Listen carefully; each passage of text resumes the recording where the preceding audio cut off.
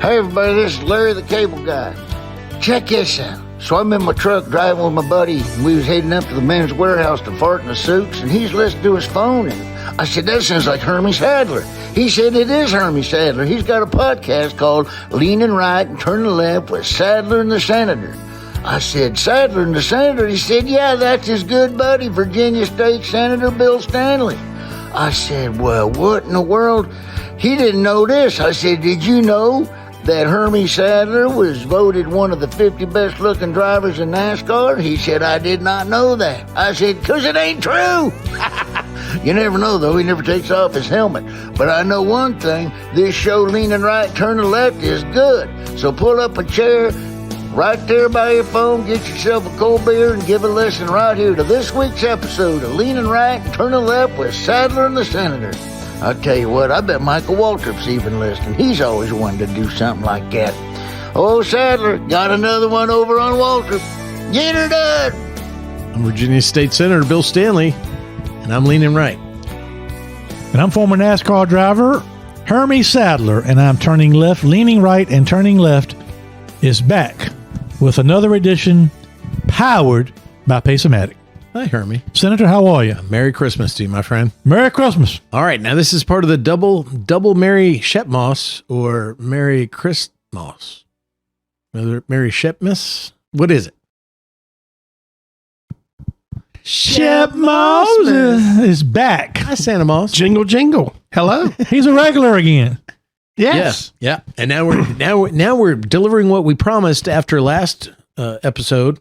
This is part 2 of the Merry Shep Moss episode, where we're actually diving back into some of our best moments. Actually, 2 of our best moments. They're not that many. We say that loosely. It's only 2. It was really easy to get back and find the best clips from this year, the ones that made us laugh the most, and actually got the most listens to, most downloads. And so we appreciate our listeners that listen to our podcast here, Leaning Right and Turning Left with Sadler and the Senator, powered by Pace-O-Matic. And as we get ready to end the year, we thought we'd look back into the vault and grab the things that made us laugh and also made a difference. And so we grabbed the 2 funniest parts that we could find. And I know it's Christmas, but one of them is going to involve our porn episode. Just say it kind of, porn episode. Yeah. And then the other one is when Shep Moss revealed to us his strike zone when he was an umpire. And these are some funny lack clips of a strike zone. Right. Well, it fluctuates.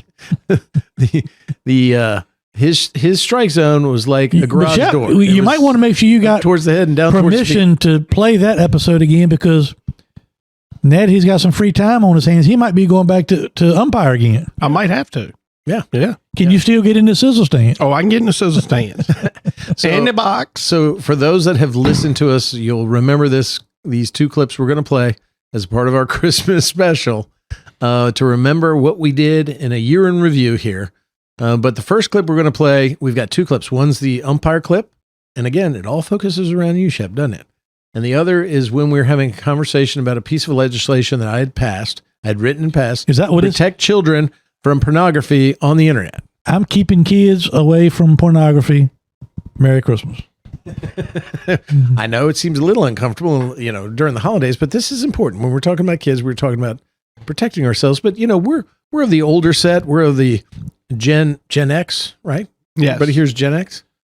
And so we remember the world in a different light, in a different world, when things were more protective. And even when we were at the age of 18, what we see now on the internet and on our phones and our kids can access, we're not so easily accessible as they were as what they are now with our kids. But these also made us laugh. And we went through the library, the vault, and ladies and gentlemen, you can find this podcast on lrtl.com. That's our website. We have all of our library there. We have a website, Chef. Wow. Chef. Do we have the swag on there for sale? We don't have any swag for sale, but we can go there. But what we do have is everything that we've recorded. We are now at number 88. We're heading towards the end of the year. We've got 100 we've done that we're contracted to do. We've got about 12 more to do. We're going to go into the next year's General Assembly session. We're coming back next week But we wanted to reminisce a little bit about what we did this year and some of the fun that we had with you, Shep. Now that you're back on almost regular, now that you have re-signed with the town council, you've re-signed with Memory Makers, and you've re-signed with Boyd Chevrolet. I actually quit all of that. Well, no, we can't say the Q word because, of course, that upsets your mama, your wife, and I don't want to get her. I haven't said a word. I see you're quiet as can be. You see that, don't you? But let's talk about Mama Bear put me in my place. Don't you think, though, we need some Mary Shep Moss swag on the website? Mary Shep Moss. You want to put it together? We'll sell it. You know, you Can't could you get have memory some makers little to make it? Oh, no. mistletoe. Can't you get Boyd Chevrolet to? You could have some little mistletoe lady panties, or How about Otto Waxman? Since you work with... No, he can't do it either. I mean, it's so many things we could do with swag. Yeah, if you're still employed by one of the places that you were employed by. I know. I have. I mean, it's. But the first be an empty clip we're going to coffer. play here involved a very serious discussion. I'd passed that bill, as I'd said earlier, that would protect children from the internet. God, you pissed a lot of people Oh, I off. did. And we played, if you go back to that episode, we played some of the voicemails that I got at my office From your of fan some club members. angry 27, 28-year-olds that were obviously not going to have a good Saturday night because Pornhub, after I passed a piece of legislation, and for those that may not have listened before, that legislation was to protect children, which said right now on the internet, it's like the Wild Wild West. Until now in Virginia, You know what we there are should have done for pornography- this particular episode? Doesn't make much sense now. But for Christmas, we should have talked about the Beagles. But go ahead. Okay, but it's not as funny. But anyway, I passed a piece of legislation, wrote it, that said if you're a porn website and you don't have a filter that keeps kids off of it, and the kids watch it and they're harmed, then if they're harmed, they can sue you. And that's what scares those businesses the most. And so they pulled out of Virginia and they stopped allowing... Mainly just Pornhub, though. Pornhub, Other sites YouPorn, are some still. of the foreign sites are still there. Yeah. Still there. And you know what? They do so at their peril. I mean, if they allow their So let me- pornography to how- be how given can to children, anybody stay? they can be sued for it. How can any site still provide access in Virginia without the guardrails? How can you just said like foreign, so how is that possible? Well, so my law was not to restrict interstate commerce or any free speech protections, which some of the sites are suing in other states that have created that law that prohibited them from operating unless they did it. I looked at this as a lawyer and said, you know, I don't want to get into those constitutional concerns. So what we're going to do is this. We're going to say, if you don't do it, if you don't put a filter on, that's not just check a box that says I'm over the age of 18 or put in a birthday, They have to verify it. which is easy to overcome. They have to have real ID, which is allowed, you know, on the internet, which is a way to, as we do this all the time, you know, if you're going to upload things that are of adult nature, you have to have a verified ID. If you're going to buy things like alcohol on the internet, you have to verify your It's no ID. different. Yeah, it's not that hard. But these porn sites depend on children. In fact, when you've had these blockers in place, their website traffic has gone down by 80%. They are absolutely trying to get minors to get on there, get hooked, and then become addicted to it. And then as adults, they continue as a... So let me ask you something real quick.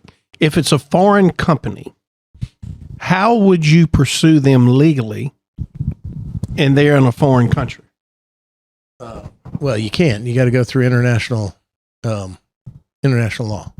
But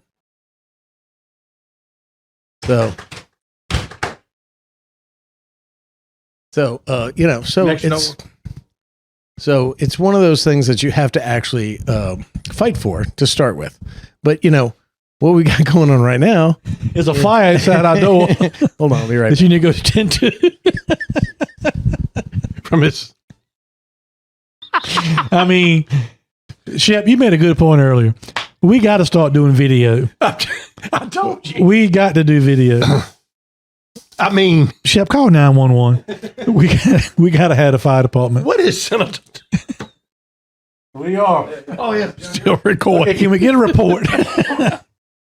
Smokey the Bear. We're all sitting here. Location Let me try to little context here. We're all sitting here recording, And we all look around like, Something's burning. something's burning. Did you get a report, Moss? Were you a former member of the fire department as well with you? I am, but I was unable to obtain video footage. But it seems that Senator Stanley's cigarettes, probably 2 packs since we've been here, has started. Have you ever heard only you can prevent forest fires? So he has one of these ashtray towers right outside of his room, and it appears that... Which is a perk of this fine facility. Stop, drop, and roll, everybody. Back. It appears that he has Can we set get a that on report fire. yet? Are you still putting the fire out?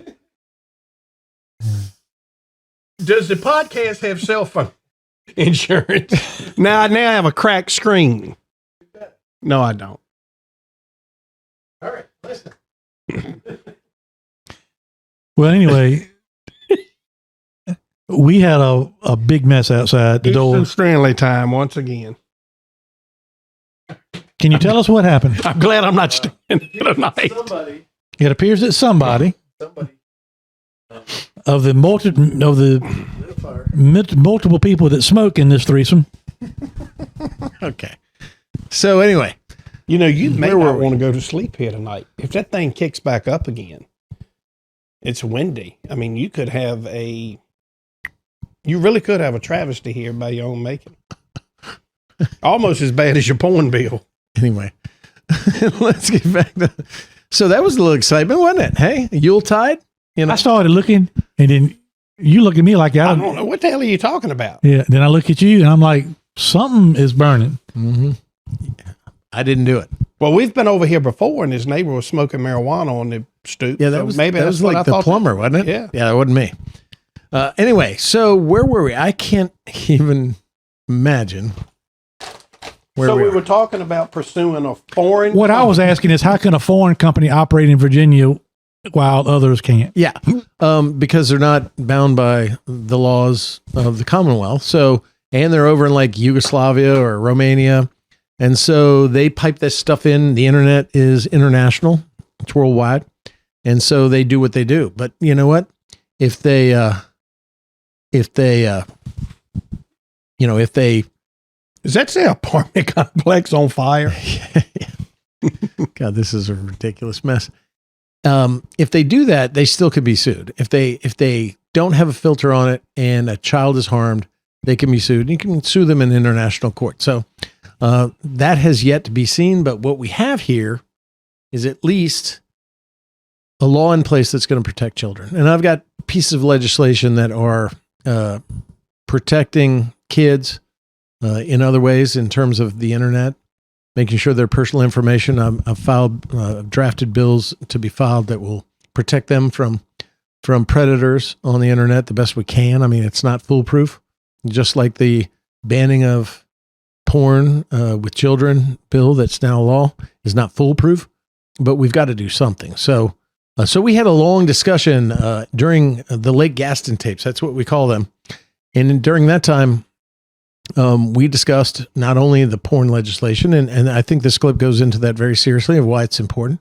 But at the same time, we were remembering ourselves when we were 18 years old and what that used to be, and almost in a sense of innocence compared to what we see now on the internet. Yeah, they didn't have a lot of tattoos back when we were 18. I wasn't talking about that. I was talking about access. Now, Same thing, but I want to play this clip from our late Gaston tapes, which is when we started discussing our own experiences as young men over the age of 18 with what porn was compared to what porn is now. And then we go into a discussion of what the bill that I wrote does to protect children from And pornography. this turned on the into internet. the debut on Leaning Right and Turning Left with Sadler and the Senator of the one and only Plug Moore. And that was something. it was awesome. You, Shep, called It was him up, awesome. and you got him on the phone. Yep. And it was a walk down memory lane of two 18 or 19-year-olds at the big house. Old 6 On leg. Mama Bell's on her credit card. And so what we want to play for you is that clip from that excursion during the late Gaston tapes when we talked about this issue. It's funny, it's serious, but let's give a listen to one of our best moments in terms of a discussion and also having a good laugh regarding this issue. Take a listen. So, that when you think about I want to hear some of these people that have called. Okay, we're going to get to that, but what was your experience besides Plug More? Plug More. I mean, if that don't pour cold water on you, I don't know what will. My earliest. They're still doing it. My earliest remember, the earliest I can remember of watching that on TV is stretched up on. I was on one sofa. Plug More is on the other sofa up at the big house up 611, the Dry Bread Road, and sword fight On Dry Bread Road. And Plug would say, hey, I go to sleep. It'd be a particular movie on. I'd wake up. I'm not sure it's the same movie, but the same people. And Plug ain't moved And falls in 8 hours. Ain't even blinked. He said, you ain't gonna believe it. It's still doing it. See, Plug was at least he got his money's worth. He got Mama Bill's money's worth. He's going to watch it. He gonna watch the whole Oh, yeah. 30 minutes or 45 minutes. I wouldn't dare buy one of those things because my mom looked at every bill. As I'm sitting here right now, 54 years old, this is the first time that I ever thought about, Mama paid all them porn charges on our TV and never said a word about it. Go on, Mama Bill. She's tough, ain't she? I mean, all right. Shep. Why don't we see what Plug thinks about it? I bet you call Plug right now, he'll remember. Because it was. Can't you do that on the. Let me see if I can get. Let's Plug asleep by now, I'm sure. No, it ain't that late. No, it ain't that He's late. probably got his eyes wide open watching that. Poor guy. right, He's on. probably going, Bill Stanley. All right. Give me a second. He might be one of them callers. Hello? Hello? Plug, Moss. what's going on, brother? I ain't doing nothing. Just took my dog over for a little walk before we lay down. We didn't wake you up, did we? No. Plug. Hermie Sadler here. I believe I heard of you before. You need to know this in full disclosure, and I'm not telling you a story. This is not a joke. You are live. We are taping our podcast right now. We're at the lake. Me, Shep Moss, and Senator Bill Stanley. Now, we are currently discussing Senator Bill Stanley, which now we don't care, but in our growing up days, we would have been upset. Mr. Stanley passed a law this year to limit underage children's access to porn sites in the Commonwealth of Virginia. On the web. On the web. Well, I can already see this could be a problem. But anyway, how we brought up Plug, Senator Stanley says, Hermie, what's your first memory ever growing up of watching those types of movies on access TV? To pornography. And I said, I guarantee you right now, I remember me on one sofa at the big house up 611, Plug on the other sofa up 611, and can you whistle the theme music of that station? Because I did it, and I want you to verify it without us talking about it.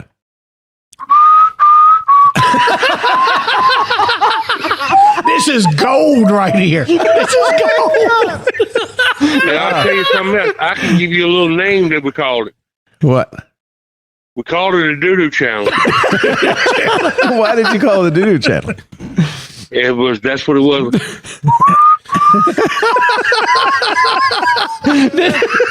That's perfect. Hey, Plug. It's called the Spice Channel, wasn't it? One Spice Channel. thing, you know it, don't you? That's somebody told me that. Exactly. Bill knew. Bill knows it. Hey, and Plug, that was Shep. That was one thing that I just thought about. I just told Senator Stanley this. All these years later, I just now realized that every month Mama Bill was paying the bill for the movies, and she never brought it up. Yeah.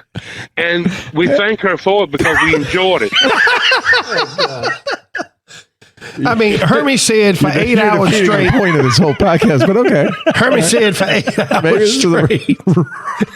You The only wouldn't thing go to pee. You wouldn't blink. Twice a week, man, watch it again. You called the rewind. Now tell him what you Yeah, remember. back it up. You remember of Plug watching the I just remember Plug one time. Spice Channel. We were watching the Spice Channel. And, You know it. and we had probably earlier in the evening had been to the bakery prior to Right, that. yeah. Is that, And is come to that the house. figurative bakery or literal? No, that's what That was a nightclub Nightclub. Oh, okay. in Emporia. Right. And I do remember So you're over the age of 18. Yeah. Right? Oh, okay. So we would go. I would try to get a little bit of shut eye, and there'd be a particular movie on. I'd wake up 6 hours later and plug and say, "Hermie, you ain't gonna believe it." You ain't gonna believe. You ain't gonna believe what I was watching. They still doing it. 100% correct. Hey, right plug. there. Now 100%. listen, What a memory. I appreciate you being a good sport and being on the show. We'll send a release to your representatives to put this on it. But look, Or we'll tell you what week it's on so his wife don't get it. if you were going to leave Emporia right now at your house and drive to the lake to meet us, how would you get here from the lake from You your at house? Chef's place? You at Chef's place? No, we're at my place. Oh, you at your place is late. Yeah. Because that's a whole different direction. Yeah, well, if I was going to leave my house coming to your place is late, what I would do, well, actually, I would come over to Walnut Drive, because sometimes you got to come through Walnut Drive to get out of here. Right. Well, I would probably try to go eastbound 58. And it's a little place down there called Hunterdale. Hunterdale. Okay. Yeah, we go down toward Hunterdale, and when you saw the sign that said Hunterdale, what you got to do is you got to turn around because what you're doing is going the wrong way. Okay? Okay. And then you have to get yourself together and put in rewind. Probably to get some gas. Yeah, and what you're going to have to do is stop somewhere there, find you a slip in or something because you got to have some gas because you done gone way too far away. Y'all have a great night. Thank you for thinking about me. Ladies and gentlemen, Plug Moore. Love you, plug. Oh, man. We got to get him back on. Good night, Plug. Night. Here you go. Now, plug did so good. You recognize the channel. I had a flashback. Because the music is starting in my head now, which I'll never get it out. And then plug. On the You ain't boat gonna tonight, believe it. he was singing "No One to Hold Him, No One to Fold Him." Now I'm going to wake up in the morning. That's in my head, and that's People why have to understand because that wasn't planned. It was not. That was a real. I had no idea you were going to call him. That was a real phone hilarious, call. dude. I'm crying. I mean, we couldn't have planned it. Again, any you're better. over the age of 18, but I remember because my next door neighbor Matt Steckel, who I love to death, he had one of those boxes that he paid extra that somebody who worked at the cable place had. And it was the interlude in between the things. Was this in Dan Hampton? Was this in Hampton, Sydney? No. I was a lawyer by then. I was So that was like the bumper between. I was 28 years old. I mean, the bumper between the scenes. yeah. I couldn't. I just know every time I. See, Oh, I never got porn. I mean, it's just like, come on, man. I mean, watch it for 2 seconds. It's like, not. I mean, I don't look like him. But how close She was doesn't look Plug like and anybody I I've ever on the dated. music? You couldn't have. I mean, you could not have written. You put them on top of each other. It's a harmony. You couldn't have written. God, can we have him on every week to have Oh, God. Well, let's do a He plug wants to moment. Go down towards Hunterdale to get to Turn around and when and you get get to gas. Hunterdale, what you want to do is turn around and come back because you're going the wrong way. You've gone way past where you should be. So you've had some fan club. So anyway, Oh, yes. Rick. So now Hermie really closed the book on what our past experience was. Poor paste of mine. It's funny. Hi, folks. This is Hermie Sadler. Thanks for listening to our all-new podcast, Leaning Right and Turning Left with Sadler and the Senator. I hope you are enjoying the show as much as Senator Stanley and I enjoy bringing it to you. Whether you're a family traveling together or a truck driver hauling freight up and down the highway, I hope you will take the time to visit one of our Sadler Travel Plaza locations in Virginia and North Carolina. Sadler Travel Plaza locations are licensed dealer locations for Pilot Travel Centers. And we also carry Shell Motiva petroleum products for our four-wheel friends. We pride ourselves on providing one-stop shopping for service, food, and entertainment. Our food options include Five Guys Burgers and Fries, Quiznos, Dairy Queen, Hermie Sadler's Faux Show Bar and Grill, Victory Lane Restaurant, Hunt Brothers Pizza, Dunkin' Donuts, and much, much more. Our locations include Sadler Travel Plaza in South Hill, located off I-85 at exit 12. The Sadler Travel Plaza of Emporia, which is conveniently located on exit 11B off I-95, and Sadler Travel Plaza on Highway 58 in Suffolk. We also have our North Carolina location, Sadler Travel Plaza in Dunn, North Carolina. That's exit 75 off I-95. We appreciate all of our customers, and Bill and I appreciate you listening to Leaning Right and Turning Left with Sadler and the Senator, powered by Pace-O-Matic. Hey, this is Bill Stanley, Hermie Sadler's sidekick on this podcast. When I'm not in Richmond at the Capitol or doing this podcast, my real job for the past 27 years is as a trial attorney with the Stanley Law Group. Here at the Stanley Law Group, we represent our clients in every courthouse in the Commonwealth. No problem is too small for us to solve. No case is too big for us to win. Whether it's criminal charges, traffic offenses, civil disputes, litigation matters of any sort, we handle it all. We make sure that we treat every client like family because they are to us. Your problem is our problem. Your success is our success because we hate to lose more than we love to win. And believe me, we win a lot. Don't believe me? Go ask Hermie. I'm his favorite lawyer, and he hates lawyers. So give us a call at 540-721-6028 and let us help you. Or visit our website at www.vastanleylawgroup.com. That's www.vastanleylawgroup.com. At the Stanley Law Group, we'll make sure we're the lawyers that you swear by and not at. You know, a lot of states are now picking up this stuff. They want to do it. A lot of parent organizations think this is the right thing.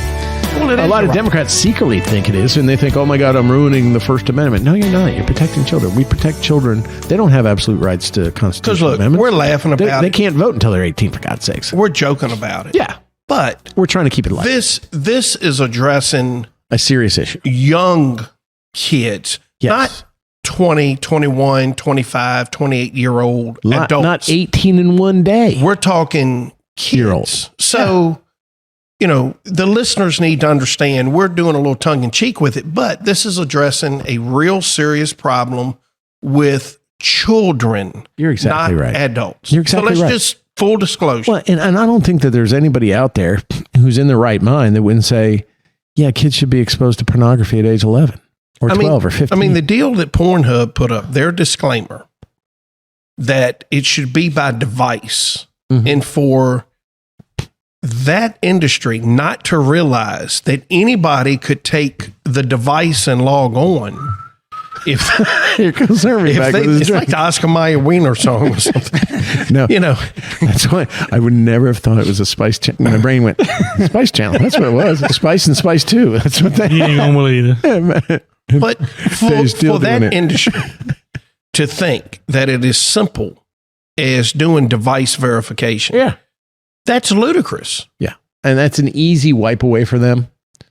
And see what they're doing is they're not putting any responsibility on themselves. They're putting the blame on me and the legislators who voted for this bill and the governor who signed it into law, Governor Youngkin. It's our fault. We're the ones that are keeping you from accessing your pornography. You adults, we think there's a better way through phones because everybody who has a phone has to be 18 years old.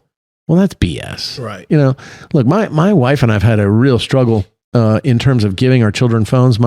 My older children didn't get phones until they were 15, 16, close to 16. Because the middle school were kind of worried about our son and even resource officers and others say it's better for him to have a phone for security and safety. We got him a phone at age 12 on his birthday. I hate it. Right. It's changed him. He stares at that thing now. He is, like Hermie is right now. He just stares at his friggin' phone. That becomes the teacher. That becomes the parent in a lot of situations where parents are busy working, where they're working, where they're trying to make a living, where they're trying to do what they can for their kids. Because you can't watch your kids all the damn time. Or they're just too damn lazy to be parents. Some parents are. So they say, okay, Johnny, okay, Annie, take the phone and get away from me. So if you also, though, and that's what happens. So if you're an adult intending to expose children to pornography, to sexual conduct, let's talk about what it is. then that lessens the allure. It exposes them to stuff where they're, deadened to it. That is to say, it's not something shocking. And I think it makes children's easier predator, easier to the predator. They are the prey. And so I think that's part of what we're seeing. I think we're seeing an unbelievable attempt on the adult's part to groom, objectify children, to expose them to sexuality too early, too often, so that when they take advantage of that child, then the child's not as shocked.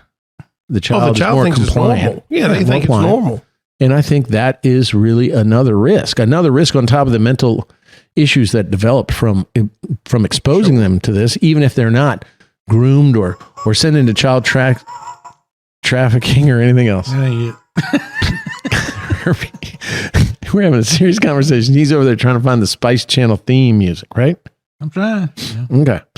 So it is really a serious problem, and we make light of it because, look, as adults, we can talk about it. If you want to look, you're 18 in one day, you want to look at that. I'm not, as a legislator or a government official, stopping that. you. Yeah, you're not addressing that. No, they're the ones that took it away from you, not me. I was just saying, well, if you're going to let the 18 in one day watch it, let's keep the 17 and 11 months from watching it, okay, and down below, because it really has an adverse effect. And, when you start degrading human conduct and interaction, especially sexuality, which is love, affection, then you're degrading society, you're degrading family. And isn't that a part of the bigger deal where they really are, where they've broken down, God in our lives? We're a Judeo-Christian society built on founding principles of freedom, which were found in the Bible and equality in the Bible. And we're breaking those things down. We're breaking down now the social strata of the family. And now we're breaking down who influences the child and what they're subjected to so that they control the child in deviant sexual ways. That's not right. The kid who is born, and no matter what station in life they're born in, has a right to a childhood that is not interrupted by an adult that is trying to take advantage of them or use them commercially or groom them sexually or for whatever prurient interest that they have. We need to let children be children and not be exposed to this stuff. I mean, every joke that we've been making here, with the exception of, look, I never saw that 8mm because it burned up in the 8mm projector. We ran like scalded hogs. Like we ran. The Playboy magazine was in our fort about 3.5 minutes. And let me tell you, we never saw another one in the house ever again. What Plugmore and the young Hermie Sadler were watching was over the age of 18. The fact that I remember the Spice Channel's interlude music that you whistled, I was 27 years old, 28. We hope. Oh, no, I know. I don't even remember what your thing was. I mean, Shep, have I you didn't escaped? have a thing. You really didn't have a thing? No. What was your earliest, what's your remembrance of? The Blue Lagoon. I think that was it. Soft Chills. Man, you really got away with it, didn't you? That's good. That was VHS. Can we hear some of these call-ins? Yeah. We're going to get to them in 2 seconds. But, you remember the movie Airplane? For a hot second on the movie, which is hilarious, there's a picture of someone topless running down the aisle of the airplane for like a hot 2 seconds. Maybe Porky's. Porky's would there be you go. number 2. I mean, but you're talking about, risque. Oh, yeah. R-rated movies. Had to be over 17 to be able to watch them. Well, not anymore. These kids are getting exposed to pornography. It's not right for them and the rearing. It's not right for the parents not to be able to control it or have at least a tool in the toolbox to help them.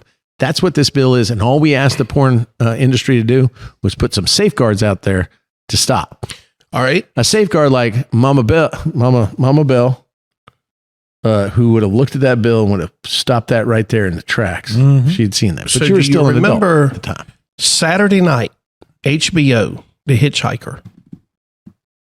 I do. I didn't remember that. That was kind of a because you always left risque Hitchhiker. show. Okay. Yeah. Right.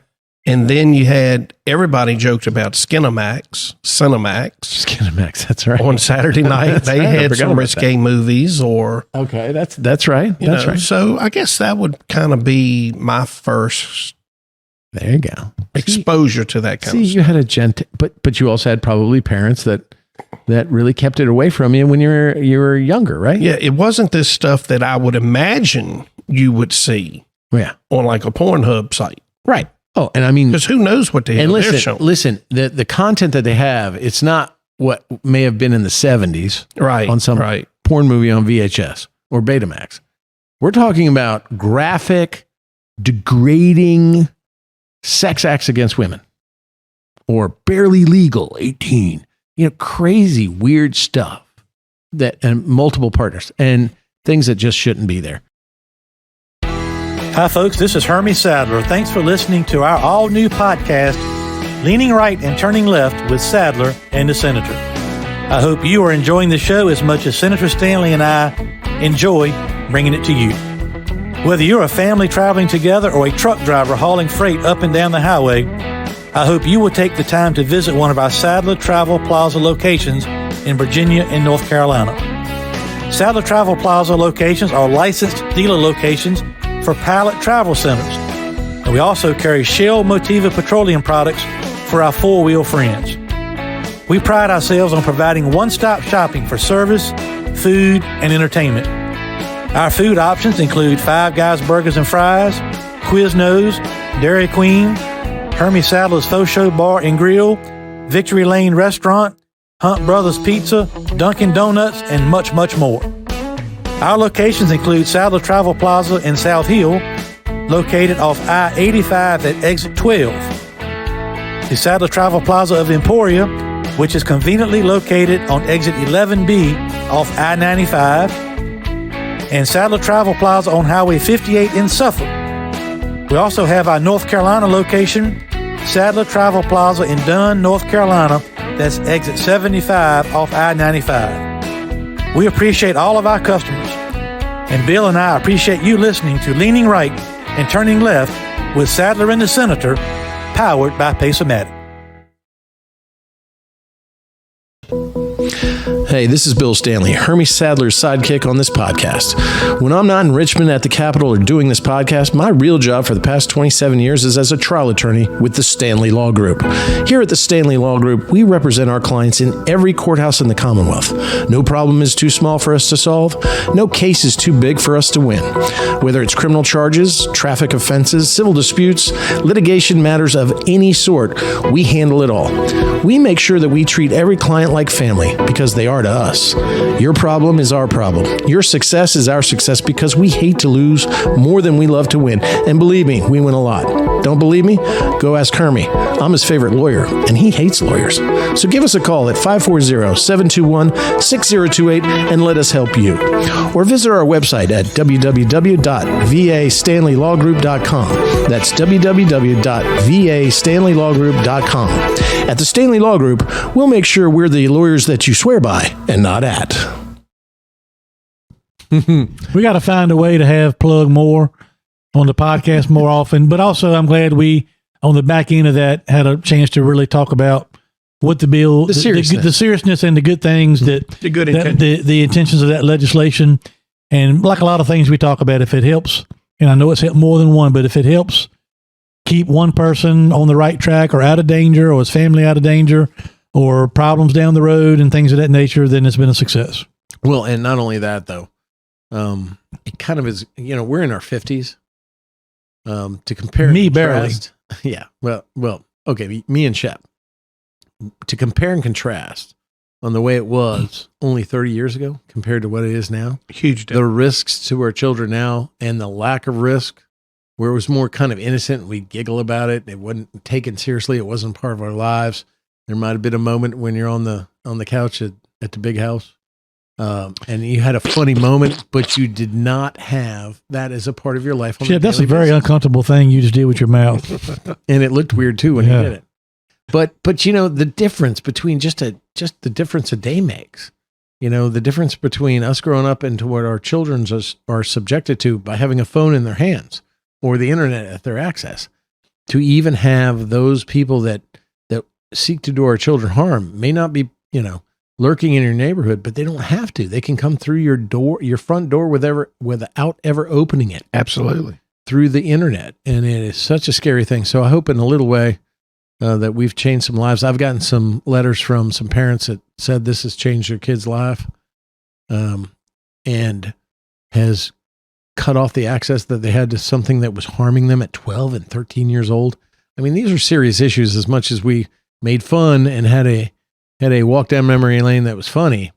At the same time, it's a serious issue for us going forward. So that was a funny and serious moment.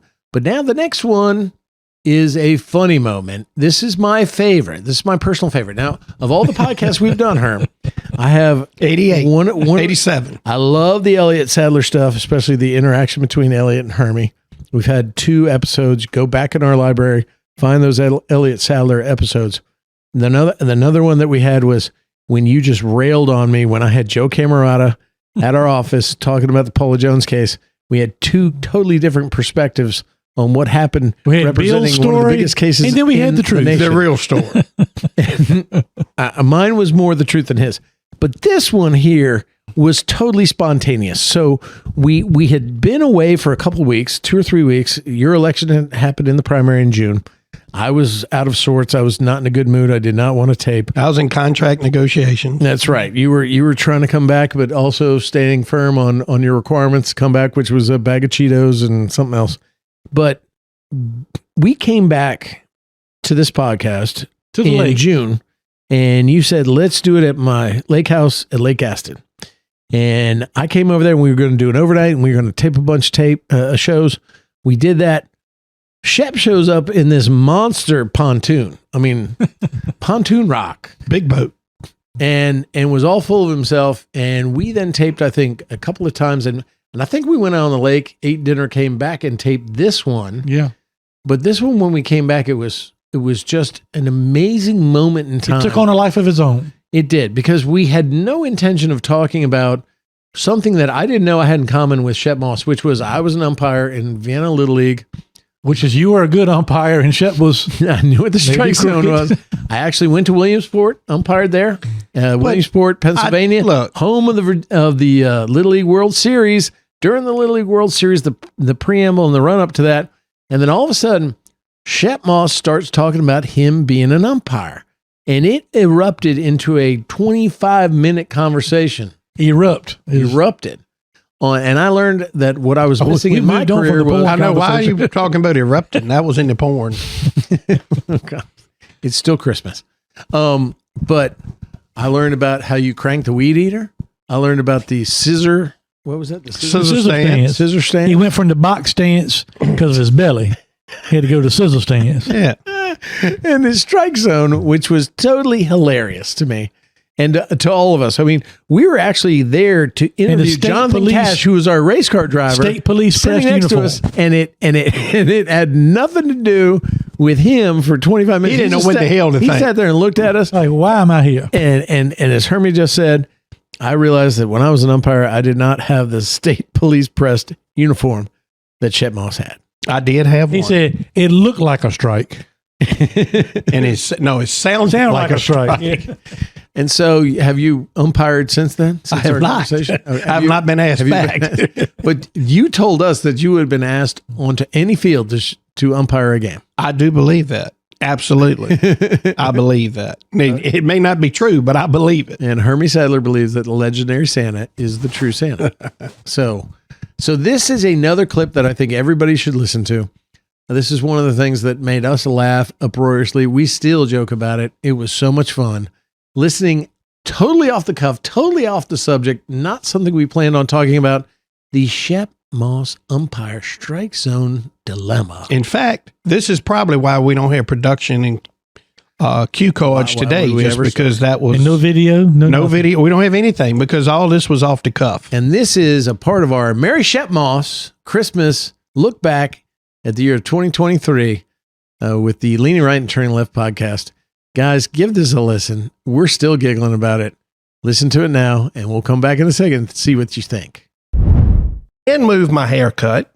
So the stress test is now at 8:30 in the morning. I can't imagine I'll have any stress after being around you all day. You're stressing me out just talking about it. And then my haircut's Friday.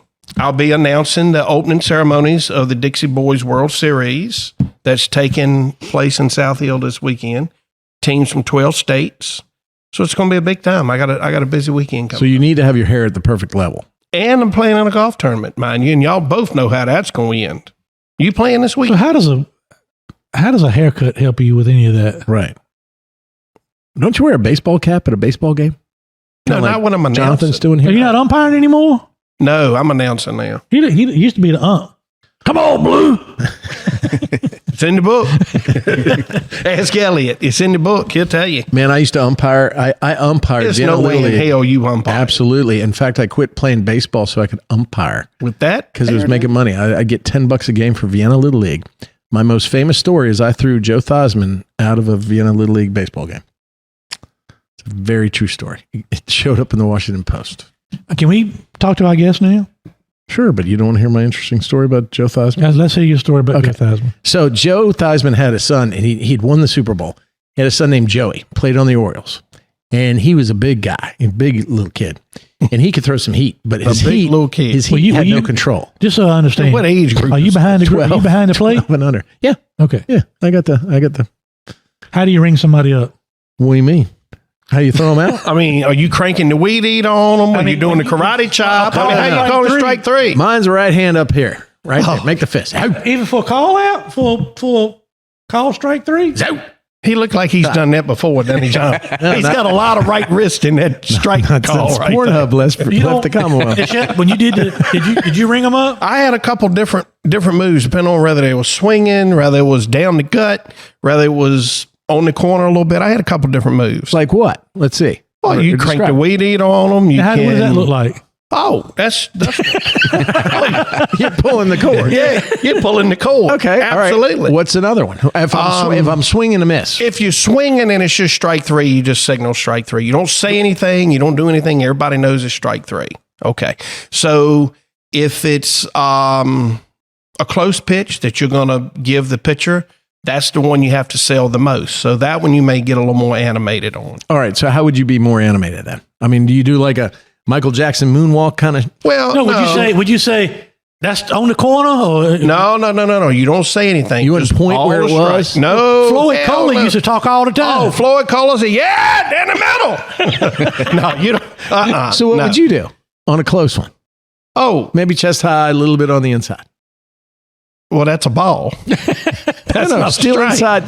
Just You just said he told us if Right you go the something, you're going to give the pitcher. Yeah, but you now, can't said give you're the giving pitcher away to the that. secrets. Now you're talking about when you're going to give the pitcher a different zone. Look, Well, high and inside is not a pitch that you get. No. Right at the boobies, right at the armpit level. I mean, right in And there inside? on the line. No, it's a ball every time. Inside on the line of the plate. The only time Left inside of the plate. only time a good and well-trained umpire. like yourself. Yes, I've been to 2 pro You schools. know one? Thank you. I've been to 2 pro schools. Thank you. I've been to Williamsport. Umpired Williamsport games. How about that? In the softball league, that don't count. No. Those Little League. men's pickup Little League thing. World Series. So if you're going to give the pitcher a pitch, it's got to be a hittable pitch. High and inside is not a hittable no. pitch. Let's just say You it's would right. never It's call right that at a the strike. top of the strike zone. Why on the as corner of the a plate. trained umpire that's been to all these schools, why are you changing your strike zone in the middle of the game? Well, it's not in the middle of the game. You stay consistent with it. Okay. But you don't have to give the pitcher And something if you're not changing. at a 12-year-old, Johnny Cash, tell him, man. at a 12-year, that's $25. At a 12-year-old level, if you don't call hittable pitches strikes, you will be there all night long. And good coaches know that you're going to have to call some pitches. So how did you in let favor. them know? You couldn't pull the weed eater. Oh, I don't You already ain't pulled doing the the weed fist eater. pump. No, What's your big? I'm not doing your You're not doing right hand the wrist. Pornhub out. You're not jerking the gherkin. And I'm not doing that. So what's your move? What's your signature move?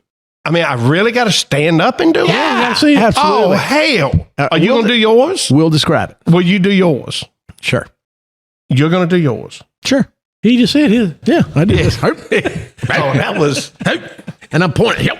I got thrown off by He's still not doing his stand-up. I'm listening to him. you pulled a weed eater. And then you said if it's a pitch you got to sell, you got to get a little more demonstrative. Yeah. What's Number that? one, why do you have to? Listen, A pitch you have to sell is not a strike, is it? Very good point and a great question. it may not be a ruled strike, but if it's a hittable pitch and if you have to move the game along, Okay. They move. You're throwing the game. You're making You ball jacking up strikes. the people in the concession stand. They're trying to sell hot dogs. You trying to get out of there. Right. I gotta I go. invest in the fundraiser. You getting paid the same amount whether the game was an hour and 15 minutes or 2 hours. So you go calling little Johnny out. You damn right. He better be swinging today. Little Johnny better be swinging today. Party time's got a gig at 6:30. Yeah. Now come on. Let's see it. Come on. What? So did you use the big balloon chest protector? Well, I did. I mean, and- I'm sure you would. And then I went to the underguard. Because your age, Yeah. It was the at your heart. age, that was probably all you had. Called the heart back in the 70s and 80s. Yes. And then I went to underguard. But the problem was is when I you could use that big Because that's front- what Floyd Coley used. you could use the big front thing to block something when it tipped off the catcher's off his mask or off his glove. But man, when you were just sitting there with your umpire shirt and something underneath with the guard underneath, you could take one right in the throat. Johnny, that we're was all going to talk before about racing in a few minutes. Yeah, I'm good with the baseball. So tell us, what is your magic move on a ball That you that is not a strike, but and you send got to Johnny go? back to his daddy. I got point. That's pissed off that he got rung up 3 times in one game. I got appointment. I got to go. Hey, and none of them were strikes. Because the umpire had a gig Come to on. get to. It's perfect. It's perfect. I got to go to Memory Makers and do the last half hour before So, shut down one right down the middle, you said you pulled a weed. I'd pull the weedy. on strike 3. All right. So when you go call Swing little and a Johnny miss. out on The right hand that I use. obvious ball Above the head.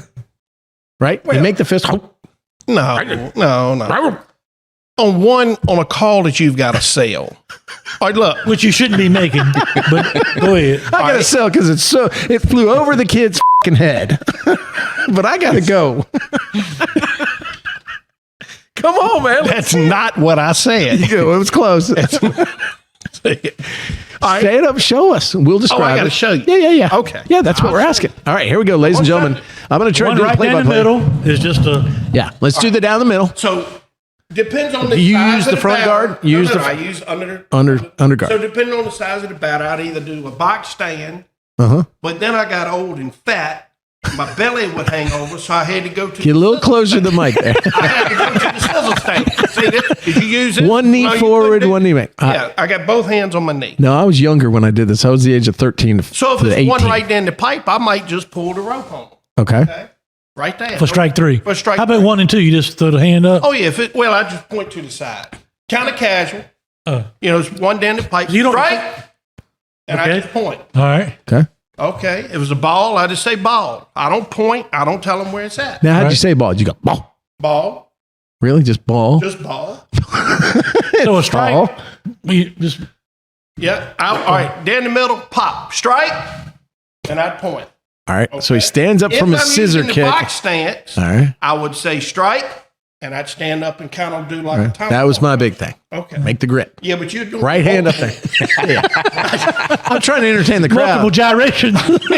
I mean, your hand. I'm trying to get the coach to ask me out after the game with that move, you know? I mean, you strike like a jackrabbit.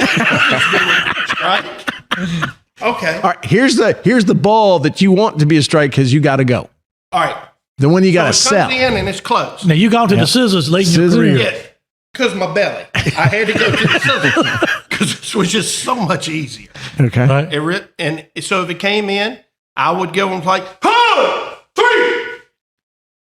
All right. So for the listener who can't see this on TV, he would slowly get out of his scissor kick. Looks like he's Oh, it's slow. Wait, was that one for right down the middle? 3? That one will be more like a down the middle. all right. Well, what we're looking for is that We're got trying to to get sell. back to the one, the mystery strike. Yeah. Yeah.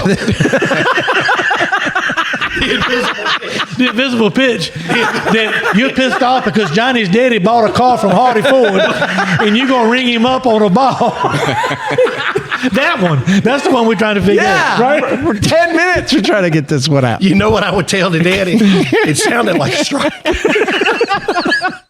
It sounded like a strike. Let's see this. Let's see. We don't want to pop into your stitches, but let's So one let's that see it out. everybody in the stands knows that Yep. Johnny just didn't swing. The ball was right down the middle, waist high fastball to catch. You pull the Yeah, rope. sometimes I would go this way. I'd kick. Which my you, right you're, hand. so you're like Little throwing small- an overhand little punch. small just a little.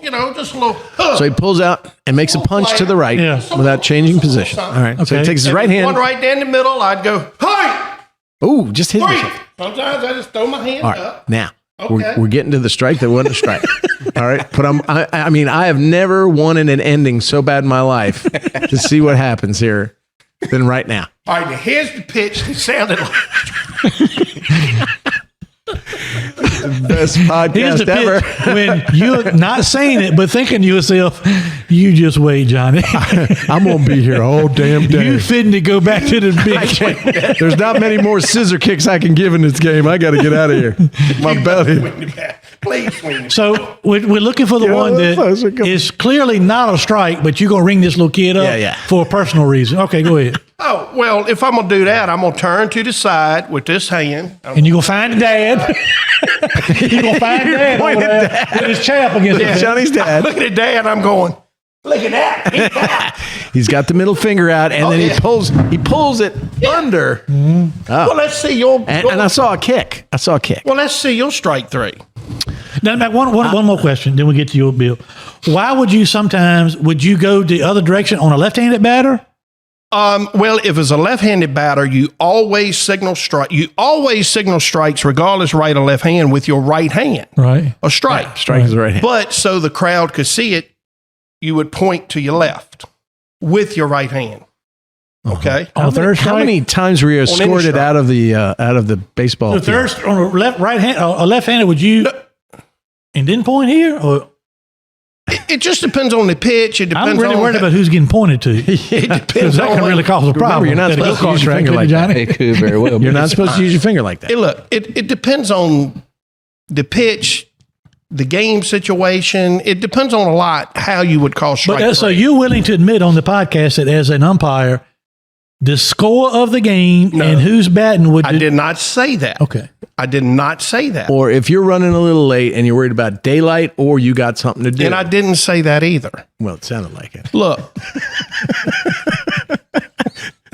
You know what I like about you, Billy? Nothing. Not a damn That's right. thing. That's right. Look, Would you are willing to admit that you had a preconceived notion of when you might call a strike on a guy? no. Before look, the the pitch. pitch has got to be hittable.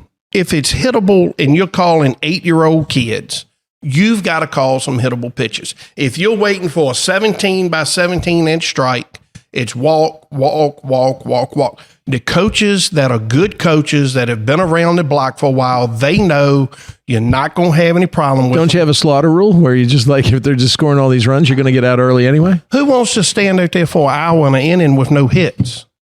It's part of the game. Don't act like y'all don't know this isn't part of the game. Damn, baseball game is rigged as a I'm a bad mother. news bears, Buttermaker.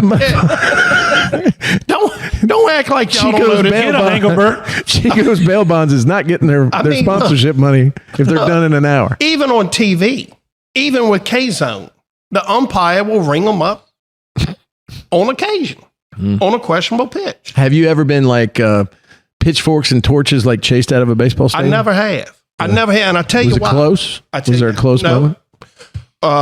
That was And my I'll tell next you- question. I tell you Thanks, why. Jonathan. And I've been fortunate. We're going to get to you, I swear to God. I've been fortunate enough to do Little League through the World Series, all the way through some college ball. And Elliot will know this from travel ball. At that level, if the coaches and even the players and the parents, if they see you hustling, they see you're in position, they know you're human, they know you're going to miss a call or miss a pitch, they will respect you. It's a difference in liking and respecting. I probably wasn't well liked at some ballparks or by some coaches, Or parents. but I do think I was always respected. I was on time. My uniform was state trooper clean and pressed. I was well versed in the rules. And okay, did I get every call right? No. Did I fall down and call one from left field out at first when I couldn't see it? No, I didn't do that either. So, I did that 35 years. I can walk on the field anywhere today in the state of Virginia and umpire. Can you imagine that the mom and dad are in the stadium, they see Shep show up in his nicely pressed umpire shirt, and they go, we're going to be done in 30 minutes here. He's got things to do. I'm just trying to picture him like running down the first baseline to get to a call. Ooh. So was it one umpire, or did you have a crew of two? Most of the time it was 2. Tournament time we had 3. Okay. One in the outfield down the line. Did you prefer to be behind the plate or in the outfield? infield? Really, probably behind. I mean, you can speed the game up more behind the plate, right? Well, behind the plate's really easier than the bases because you're really focused just kind of I like on the the bases plate. better. I like the bases. You know, the bases was more running, more moving. I probably was a better plate umpire in managing the dugouts and handling the problems. His belly thought so. I was better umpire doing that than I was on the base. Okay. So getting back to my story. So this is the year after the Redskins lost to the Raiders when I was an umpire for Vienna Little League. Loved it. $10 a game. I do 3 to 4 games a day on Saturdays. Make $40. I thought I was rich. Joey Theismann played for the Orioles. Great coach, great team. They're always in contention. We're up on the top field, Jonas Park. We're up on the top field. Joe Theismann comes in. He had a gold like Mark V, one of those Lincolns. Parked it up kind of close up top. He comes in. I'm behind the plate. Joey's pitching. Joey's wild. Joey has. I mean, kids were scared when they got up into the. None of them sounded like strikes. You would have probably found some of those under your scenario strikes. These were head burners. They were brushbacks. They were the Redskins. I lost money in the Super Bowl. But it was chin music. I mean, he was throwing the hardest he could, and he was very frustrated. It was a hot day. His face was red. Theismann, the dad, Joe Theismann, the football player, parks himself, and of course, he's still the Redskin quarterback. He parks himself behind the plate, and the netting and the backstop. He was in the backstop. Wait a minute. You're telling me that you ejected a person that wasn't even a coach? Is that what you're getting to? So here goes my story. So he sat behind me, and I mean, these are grazing the eyebrows of these kids. I mean, they're so high. I go, ball. And I want him to throw strikes too. Ball. He's walking, loads him up. I think he walks one in. And I start hearing, come on up. That was a strike. Come on. Starts a little low, starts to build crescendo. And I mean, these are not even close to strikes, not even Shep Moss strikes. Call another ball. And he starts screaming at me. And I stop the game and I say, sir. And I knew who it was. And I said, you're going to have to go down past first base down the line there. You can stand at the fence past right there. We used to have like the warm up, the bullpen, the area where the kids would warm up to get ready on deck. So I said, you're going to go down there. I stopped the game. He's like, wait, he starts scrapping. And he said a swear word. Now I know he's Joe Theismann. He said the F-bomb, what I remember. And I didn't throw him out at that time because, bad language in a baseball park is not tolerated. Back then it would in the 80s. So I move him. He finally, his coach tells him, get down there. He goes around past the dugout, which was a center block dugout. And he leans in and he's still throwing balls. And I'm calling balls. And he says another swear word, yelling at me. And his kid is just flustered. And I stopped the game and I said, you're out. You're out here. Throw out. And the parents on the other team start clapping. I mean, they must have been Raiders fans. They start clapping. He won't leave. Cowboy fan. Yeah. He won't leave. And I said, sir, you are ejected from this game. And you're not only ejected from this game, you're ejected from the park, Jonas Park. And so I stopped the game, walked outside the gate, and made him go to his car. His car was about 3 cars down from the top. It was a big slopey hill. There's a concession stand in the middle, right where the middle field are, 3 fields. So is this a league? Yeah. Vienna Little League. Famous question. Vienna Little League. Question. Yes. Do you realize that you only control as an umpire inside the fence? Correct. However, the Vienna Little League. Is that in the book? When it came to conduct, they gave us full right. So I said, you've got to leave and you're ejected out of the park. We could eject them out of the park. Because I've never done that before. But this is a high-end Northern Virginia field, not one that you might have worked. He gets in his gold Mark V. He's pissed. He backs up. He locks his bumper. You know how there's big bumpers on the Mark Vs in the 1980s? Kind of locks it into a van that's kind of parked there. Locks it. Moves forward again. Oh, your fault. Backs up. Oh, yeah, because I pissed him off. Backs up. Is this Joe Theismann we're talking about? Yeah, Joe Theismann. And he starts down the hill. I'm chasing after him in my full gear, And you're 13? And I'm trying to stop them. How old are you? Because he wrecked the car. I'm probably I drove there. So I was sick. Well, in 1983, I guess. When did we lose to the Raiders? When the Redskins lost to the Raiders? I don't know. It was the year after. Well, okay. So that's 82, 83. I'm in high school. And I chased him down there and had him stopped.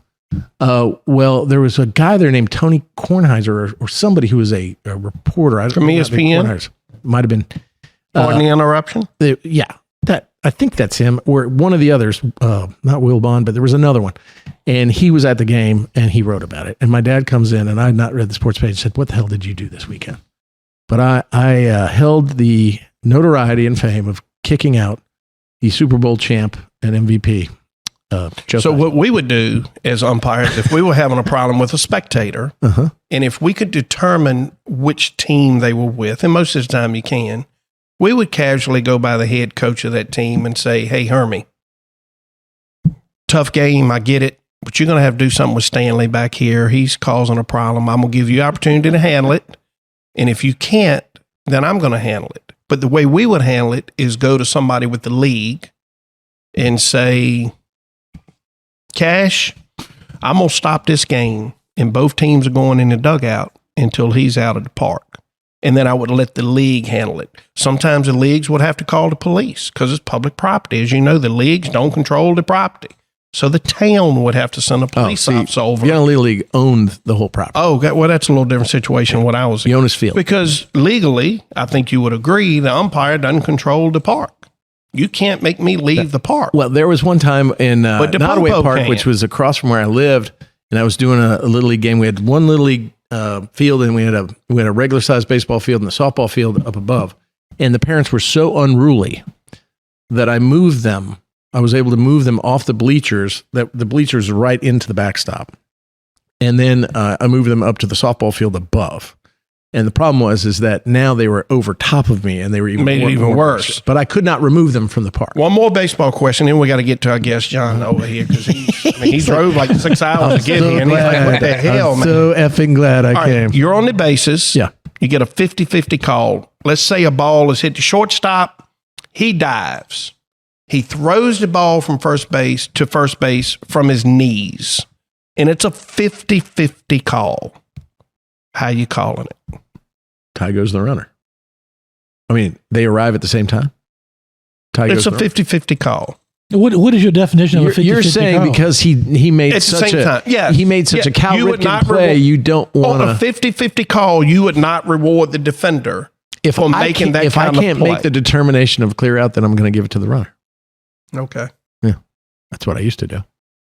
I miss it. But then, the level of corruption, I'm calling bull. that you're bringing to the forefront of your umpiring days on is a 50-50 really disturbing. There's no saying it's a 50-50 call. That goes all the way through the pros, what I just said. Every time. That if it's a good-looking play, you give it to the guy that made the good-looking play rather to the They hit a dribbler to shortstop. Another big one. Yeah. Back on the porn stuff. And the shortstop runs up and catches it and makes a horrible throw. And the first baseman bobbles it and juggles it and drops it. Well, not even drop it, because then he would be safe. Safe. You're missing my point. Good umpires on 50-50 calls, call the pros. They will always reward effort on a 50. And it's got to be 50-50. I'm not talking about 52-48. 50-50, they're going to reward effort. If that batter is hustling down the line and he goes down and slides head first at first base and it's a 50-50 call, every time the runner will be safe. Hermie, I want your brother Elliot to tell me who we can gather up and file a class action lawsuit, because there are a bunch of kids that did not get scholarships in baseball because of this jack. 50-50 call. I'm just telling you. If you can't make the call, you call it safe. I mean, if it's 50-50, tie goes the runner. I mean, there's no tie. And if you sell it, it's not a tie. That is a 50. What's a 50 tie? Then it's a 52-48. In my world, 50-50 is a tie. If you sell it, they don't even come out and ask. Jonathan Cash, welcome to the show, everybody. That was hilarious, by the way. I think we've got more to talk about. I never saw your call. Huh? I never saw your strike there. Did you? He wants to see how you ring somebody up. Oh, I believe that. Like a big one? I said ring them up. You're ringing it off. So, all right, I'll do it. So like something sliding into home plate, right? Home base. Let's say home base. Yeah. On base. He's real experienced. Are you wearing your mask? No, Or is it off? You got it off. All right, which hand is it in? Left. Why is it in your left hand? Because you make the calls with the right. I'm just checking you. See? He's right. So I'd punch him out. Like, go! Like that. Uh-huh. I'd lean down and punch down at him. Like, Okay. Not pulling the Not Let me ask you cranking the leaf blower. Stand up. Stay up there. Stay up there. If it's a slide play, Yeah. then call it. Safe run. Out. 50-50. Yeah. If it's a slide play, are you going to ask the defender to show you the ball first? Well, you should be able to see it. If not, you ask him to flip. So how many times have you called out and the dust settled and the ball was on the ground or laying at the backstop because the catcher missed it and you called it too quick? Never, not like you, but there have been times where the ball was dropped or they did not have control, and you might have punched him out and then changed your mind. So you called it too quick. Yeah. Yes. Yes, Thank Lord you. Umpire. Yes. You called Have it you never too done quick. that? Yes, and you learn from it. So now on a slide play, now the coaches know if I say, show me the ball, they know the call is going to be an out. 50-50. They know. But see, in umpiring, what I learned, and especially in school and being taught by Frank Rizzo, who was the director of umpiring for the United States, Little League. Yeah. And got to umpire with him. What he always said was, make sure your call is fast because your instinct is usually right. You can change that, but if you give yourself enough time, you're going to second guess. That's why I said only on a slide play. If he's safe, if you're going to call him safe, you immediately call it safe because it doesn't matter if they have the ball or not, right? Uh-huh. Okay. But if you're going to call an out on a slide play, you should always say, show me the ball. And in that way, you don't look like an idiot because the ball is rolling across the field. If anybody has a celebrity softball game and they want me and Shep to friggin' be the clown umps, that would be awesome. that would be great. Let's see if we can do that. Just touch it. Just touch it, Shep Moss. Just Shep tickle it a Moss. little bit. The weed eater, when you have to really sell it. From the scissor. When you really have to sell it. Yeah. I mean, when you do the weed eater from the scissor stance, that's when they know you're serious. Man, that is some lessons. When you're trying to sell 2023 one. there. Mm-hmm. Trying to sell it. Selling is important. Shep, you've made 2023 special. You've made Christmas or Shepmas special. And this is a good way to end the year, at least before we get back into next year. But hey, spoiler alert. We're coming back next week on top of this one. Before the end of the year, we're going to do an end of the year special. End of the year special. Yes. On top of these. Yes. two. Wouldn't I'm it be coming back to fun? Richmond next week. We're going to do this next week. Probably won't be able to pull this off, but wouldn't it be fun to get us three and all the wives on a show? That would be great. That would be funny. If we could figure it out. If we could figure it I'd out. have to move some assets from our joint account to our separate account, but maybe I think I Shep could do and it I after could that. load the wives up into the car and come see y'all. Yeah, and that'd be maybe do that. Oh, that would be great. Wouldn't that be great? Yeah, I'm in. You're willing? I may have some available time next week. You're the one that suddenly has a lot of time. But what a great episode, and what a great look back. And Shep, you make us laugh, and we just seem to all just gel together and act like we've never missed a day when we get back together, and that's what makes this podcast. Except for when you hit the record button, then you're all ugly to me. Look, I almost burned down the hotel tonight. Okay, so Hey, I want to say one thing before we wrap this one up. Shep mentioned it on the show last week, but I had a good friend of mine, fellow UNC Tar Heel that passed away now a couple weeks ago, but his name was Eric Montross, and he played center for the University of North Carolina. What was his nickname? Montross. Yeah, but his nickname was like the Mongoose. Big Grits. The Big Grits. Okay. You weren't even close, Bill. Yeah. They call him like Mongoose. Big Grits. But 7-foot guy from Indiana, came and played, won a national championship at UNC in 1993. He was 2 years behind me, so I was in school with him a couple years, and we've been friends a long, long time. He used to come up and hunt, loved to hunt, come up and hunt some Really? around with us and around Southside Virginia and other places. And So since he retired from the NBA for the last 18 years, he's been the color commentator voice of UNC basketball. And in addition to that, he worked for the Rams Club, which is the fundraising arm of the university's athletic department. So he was like major gifts director, they called it, for UNC. And he was just universally loved by not only UNC people, but basketball fans across the globe. And I played golf with him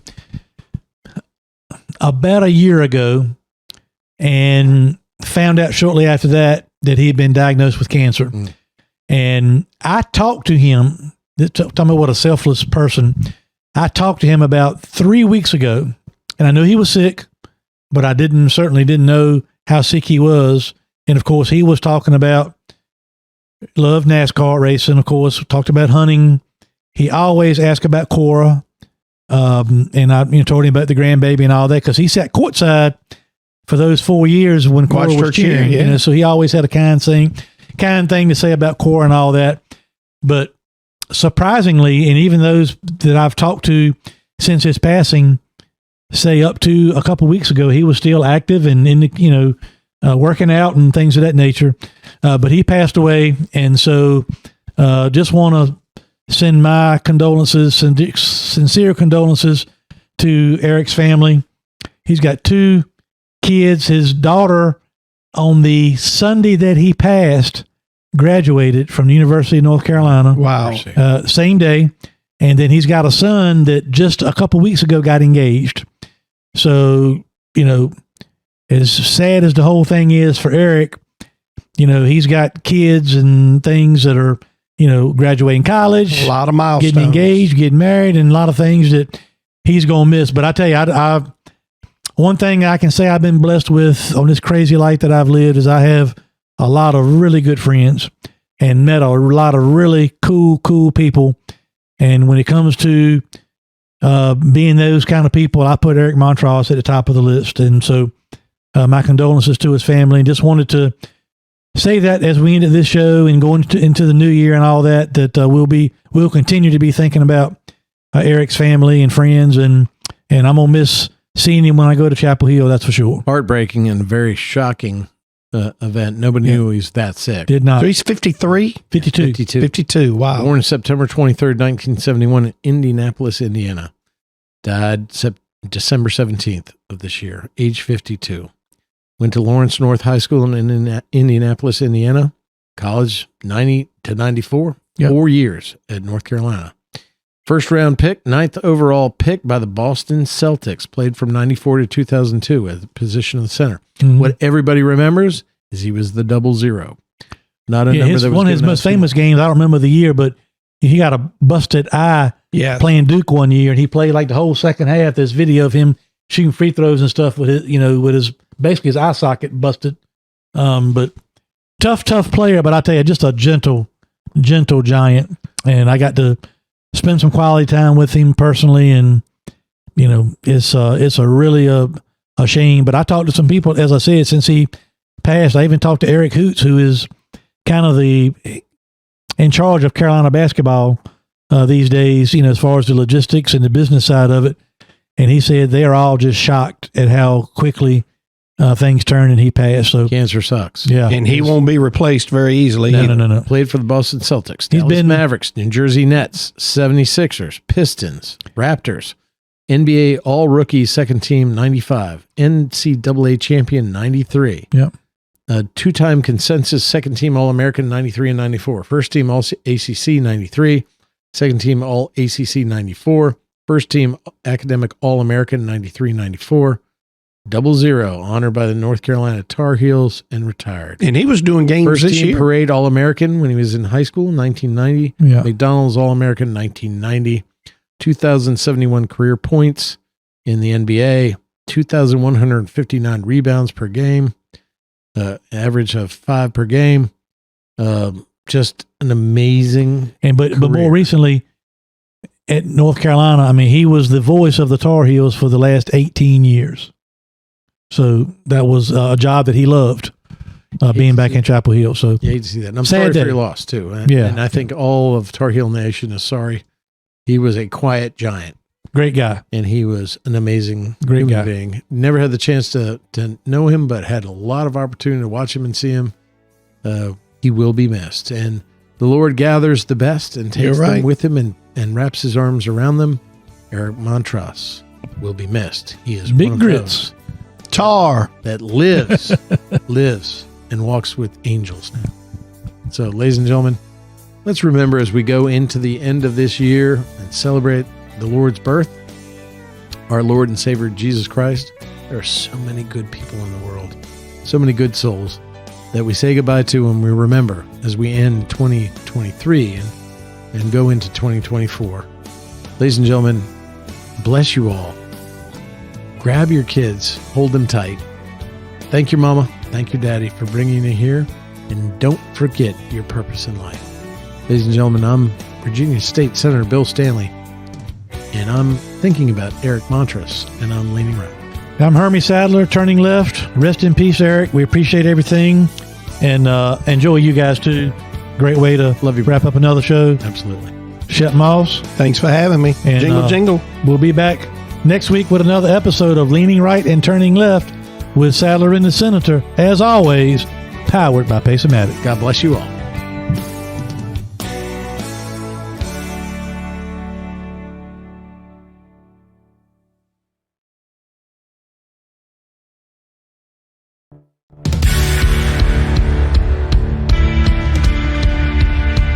Hey, it's Conrad Thompson with SaveWithConrad.com. You've heard me bragging on the podcast for years about helping people save money on their current house, but did you know that I can help you with your next house as well?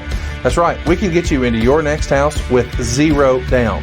No money down loan programs are still available, and I know it sounds too good to be true, but we can do it for you. And by the way, home ownership is more affordable than you might think. We routinely turn renters into homeowners, and we hear back that their new house payment is more affordable than what they were paying in rent. Why would you keep doing that? Stop throwing your money away, paying for someone else's mortgage, and start building wealth for your family. And let my family help at SaveWithConrad.com. You don't need perfect credit to do this. We can improve credit scores down to the 500s, and it's worth mentioning, we never say no. We say not yet, but here's how. You need a game plan to buy a house, and that's where we come in at SaveWithConrad.com. We'll ask you, what down payment do you want to make? And zero is an acceptable answer.